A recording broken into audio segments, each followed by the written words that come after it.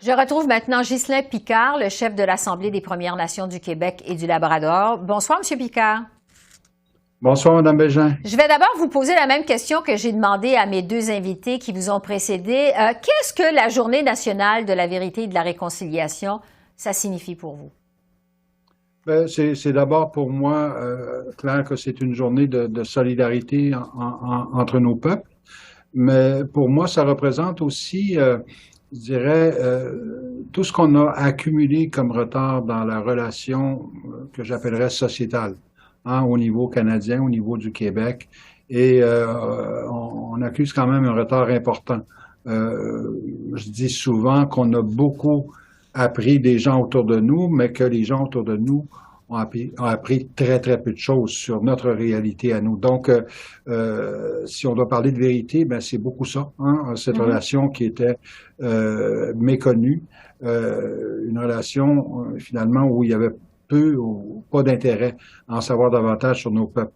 Réconciliation parce que c'est aussi un moment de se réconcilier avec l'histoire, hein, qui a jamais été positive pour nos peuples autochtones. Donc c'est un moment, je pense, où on doit vraiment je dirais mettre à terre tous les tabous et trouver une façon de peut-être se donner les conditions nécessaires pour une coexistence beaucoup plus harmonieuse entre peuples. Ouais. Et est-ce que vous avez le sentiment, en fait, qu'on progresse sur la route de la réconciliation au Canada? Est-ce qu'il y a du progrès qui a été fait?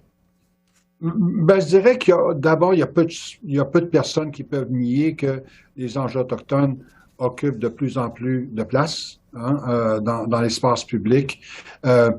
C'est sûr qu'on n'est sans doute pas à la hauteur de ce qu'on souhaiterait comme éducation. Donc, ça demande beaucoup de la part d'organisations comme la nôtre, parce qu'on a aussi cette responsabilité-là de promouvoir l'éducation sur la réalité de nos peuples. Et je pense que ça passe beaucoup aussi par ce que j'appelle, moi, peut-être une absence de compréhension de la réalité telle que nous la vivons à l'intérieur même de nos nations. Et pour moi, ça, c'est un aspect extrêmement important.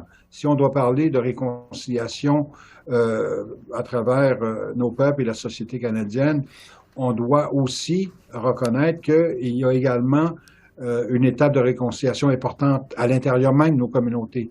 Parce que une des choses que j'entends souvent, c'est finalement l'incontournable, je dirais, évidence que on doit aussi, nous, comme peuple autochtone, apprendre à se décoloniser dans nos façons de faire, dans nos pratiques, même dans nos propres relations. Donc, ça aussi, c'est une étape que je jugerais importante. Qui mérite d'être comprise. Oui. Je veux vous entendre sur les élections provinciales au Québec maintenant, parce qu'il va y avoir des élections ce lundi. Des observateurs ont jugé que les enjeux autochtones ont été les grands oubliés de cette campagne. Est-ce que c'est votre avis à vous aussi? C'est un avis que nous partageons entièrement. D'ailleurs, on l'a dit d'entrée de jeu dès que la campagne a été officiellement déclenchée, qu'on souhaiterait que les enjeux autochtones occupent également une place. Et qui plus est, je dirais que la campagne électorale au Québec n'a jamais vu autant de candidats autochtones dans au moins 3 partis politiques sur 5. Donc, ça aurait dû, quelque part, marquer un tournant, là. Et j'aurais souhaité que les enjeux qui nous intéressent, nous, puissent occuper une plus grande place. Mais ça n'a pas été le cas jusqu'à maintenant.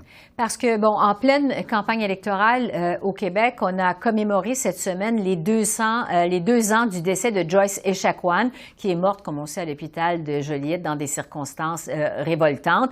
D'ailleurs, la famille vient de déposer une poursuite de 2,7 millions de dollars contre l'hôpital. Malgré ça, le premier ministre du Québec sortant, François Legault, qui, selon toute vraisemblance, va être reporté au pouvoir lundi, refuse toujours de reconnaître qu'il y a du racisme systémique au Québec, de reconnaître, en fait, que le racisme systémique a joué un rôle dans la mort de Joyce Echaquan. Comment vous avez réagi en entendant M. Legault continuer de nier le phénomène du racisme systémique au Québec? Ben, écoutez, pour moi la réaction d'un gouvernement qui est confortable, hein. Comme vous le dites vous-même, la véritable campagne se joue pour la deuxième place, hein, pour lundi prochain. L'opposition officielle.